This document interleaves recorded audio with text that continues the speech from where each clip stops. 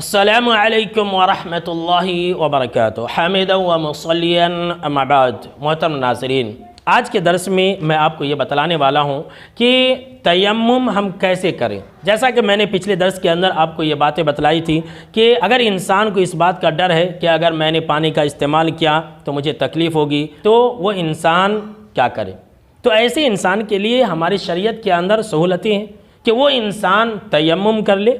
اور دیکھیے میرے دوستو، تیمم جو ہے یہ غسل بھی ہو سکتا ہے اور وضو بھی ہو سکتا ہے، ہماری نیت کے اوپر ڈیپینڈ ہے۔ اگر ہم ناپاک ہیں اور سخت سردی ہے، ہمارے پاس پانی گرم کرنے کے لیے کوئی طریقہ نہیں ہے، کوئی ذریعہ نہیں ہے، تو ہم اور آپ تیمم بھی اگر غسل کی نیت سے کریں گے تو پاک ہو جائیں گے، یاد رکھ لیجئے۔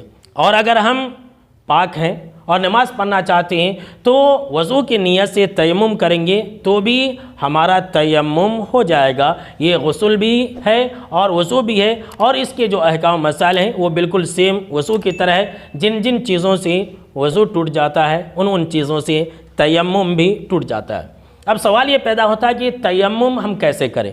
بہت سارے لوگوں کو دیکھا یہ جاتا ہے کہ وہ جیسے وضو کرتے ہیں ویسے ہی تیمم کرتے ہیں، ان کو معلوم ہی نہیں ہے کہ تیمم کیسے کیا جاتا ہے۔ میں نے خود بہت سارے لوگوں کو دیکھا ہے کہ وہ تین مرتبہ مٹی میں مارتے ہیں اور پھر ایسا کرتے ہیں، پھر ایسا کرتے ہیں، پھر ایسا کرتے ہیں، پھر ایسا کرتے ہیں، تو یہ طریقہ غلط ہے۔ آئیے میں آپ کو حدیث میں بتلاتا ہوں کہ تیمم کا صحیح طریقہ کیا ہے۔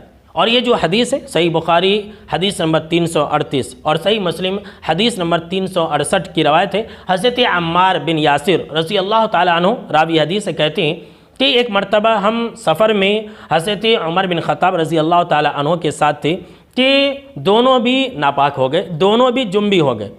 تو حضرت عمر بن خطاب رضی اللہ تعالیٰ عنہ نے کہا کہ میں ناپاک ہوں، میں تیمم کر کے نماز نہیں پڑھوں گا۔ انہیں مسئلے کا علم نہیں تھا، لیکن حضرت عمار بن یاسر رضی اللہ تعالیٰ عنہ نے کیا کیا کہ وہ ناپاک تھے۔ اب ان کو یہ بات معلوم تھی کہ تیمم کرنے سے انسان پاک ہو جاتا ہے، لیکن تیمم کیسے کرنا ہے اس بات کی انہیں جانکاری نہیں تھی۔ لہٰذا حضرت عمار بن یاسر رضی اللہ تعالیٰ عنہ زمین کے اوپر لوٹ پوٹ کرنے لگے، یعنی کہ زمین کے اوپر ادھر سے ادھر لڑنے لگے اور پھر اٹھ کر کے نماز پڑھ لیے۔ پھر جب مدینہ آئے تو آپ صلی اللہ تعالیٰ علیہ وسلم کو سارا واقعہ اور سارا ماجرا سنایا۔ تب آپ صلی اللہ تعالیٰ علیہ وسلم نے حضرت عمار بن یاسر رضی اللہ تعالیٰ عنہ کو تیمم کا طریقہ سکھلایا تھا۔ آپ بھی سیکھ لیں۔ آپ صلی اللہ تعالیٰ علیہ وسلم نے کہا تھا کہ ایسا کرنے کی ضرورت ہی نہیں تھی، تمہارے لیے بس اتنی سی بات کافی تھی کہ تم اپنا ہاتھ مٹی کے اوپر رکھتے اور پھر جو زائد مٹی رہتی اس کے اوپر ایک پھونک مارتے اور پھر اپنے چہرے کے اوپر مسح کرتے، اور یہ جو ہتھیلیاں ہیں تم ان دونوں ہتھیلیوں کے اوپر مسح کر لیتے۔